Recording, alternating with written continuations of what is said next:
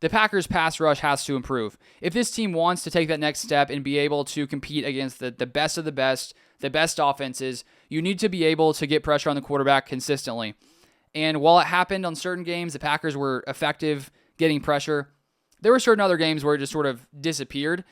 And so with them being 26 in pass rush win rate per ESPN, that's an area they need to take a massive step forward.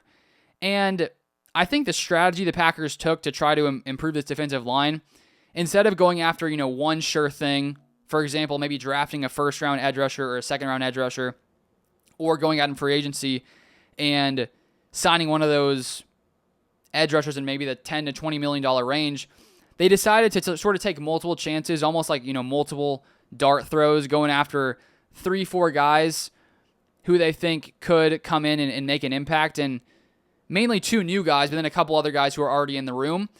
Because if you look at these guys, they draft, Sorrell round 4, they draft Colin Oliver round 5, so you have a 4th rounder, a 5th rounder, and then you got Lucas Van Ness, you got Brenton Cox, Kingsley Enagbare. I'm just saying guys besides Rashawn Gary, a few other guys as well. But I think that the Packers are thinking to themselves, well, there's a lot of potentials here. You got potential that Lucas Van Ness can put it together in year 3. You have potential that Sorrell could maybe come in, be as effective as Evan Williams was as a 4th-round safety, being drafted as a 4th-round edge rusher. Maybe he comes in. Maybe he can be like Zach Tom. I mean, the Packers have a lot of success in round 4. Romeo Dobbs.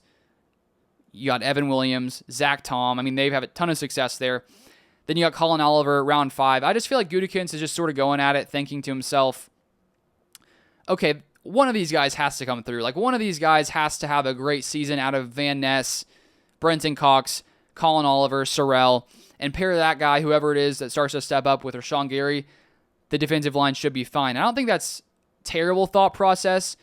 It does just concern me a little bit that if they put up similar pressure rates, similar pass rush win rates to last season, I just don't know if it'll be enough to really win a Super Bowl. So they need to take a massive improvement in that area. And I do think, guys like Edgerrin Cooper who can, rush the passer. Hafley was starting to use him a lot. I think he's going to do that a ton this year. I'm super pumped for Edgerrin Cooper. I think that he's going to be one of the better linebackers in the NFL for the next decade or so. So I think there are a lot of different ways the Packers have tried to get pressure, but at the same time, that's something that I do think a lot of the Packers' fate hinges on the pass rush.